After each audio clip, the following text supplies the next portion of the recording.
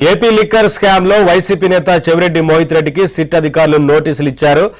ఈ నెల 25న విచారణకు రావాలని నోటీసులు అందించారు. అప్డేట్స్ మా కరెస్పాండెంట్ ప్రసాద్ రెడ్డి తెలుసుకుందాం. ప్రసాద్, 25న విచారణకు రావాలంటూ మోహిత్ రెడ్డికి సిట్ నోటీసులు ఇచ్చారు కదా, ఏంటి వివరాలు? నవీన్ మద్యం కుంభకోణానికి సంబంధించి సిట్ అధికారులు దర్యాప్తును వేగవంతం చేశారు. ఇప్పటికే ఈ కేసులో మొత్తం 9 మందిని అరెస్ట్ చేయగా వారిని విచారణ కూడా చేస్తా ఉన్నారు. ఇటీవల ఆ జగన్మోహన్ రెడ్డి అత్యంత సన్నిహితుడిగా ఉన్న చెవిరెడ్డి భాస్కర్ రెడ్డిని, అలాగే అతను బినామీగా చెప్పుకుంటున్న వెంకటేష్ నాయుడు ఇద్దరిని కూడా అరెస్ట్ చేయడం చర్చనీయాంశంగా మారింది. ఇప్పటికే వీరిద్దరిని కూడా ఆ రిమాండ్ రిపోర్ట్ లో కూడా వీరి పాత్ర ఉన్నట్టు నిర్ధారిస్తూ కోర్టుకు కూడా నివేదిక సమర్పించారు. అయితే చెవిరెడ్డి భాస్కర్ రెడ్డిని అరెస్ట్ చేసిన సమయంలోనే అతని కుమారుడు మోహిత్ రెడ్డిని కూడా A39 గా ఇందులో చేర్చారు. దీంతో ఈ కేసులో తండ్రి కూడా మద్యం కుంభకోణంలో పాత్ర ఉన్నట్టు కూడా నిర్ధారించారు.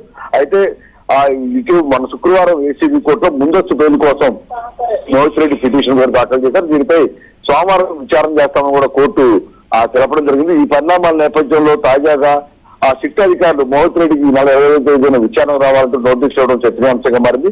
ఎందుకంటే ఈ కేసులో ప్రధానంగా ఆ కేసురెడ్డి రాజశేఖర రెడ్డి A1 ఎవరైతే ఉన్నారో అతని ద్వారా మొత్తం మద్యం కుంభకోణం నడిచిందని సిట్ అధికారులు వివిధ రూపాల్లో వివిధ ప్రాంతాల్లో ఉన్న ఆధారాలు కూడా సేకరించారు.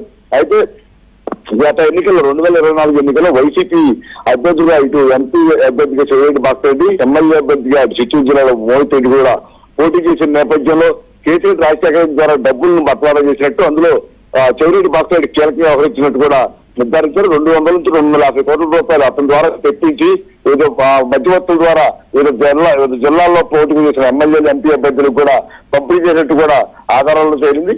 ఈ పరిణామాల నేపథ్యంలో మోహిత్ రెడ్డి కూడా ఆ డబ్బులు చేరినట్టు కూడా సిట్ అధికారులు భావిస్తా ఉన్నారు.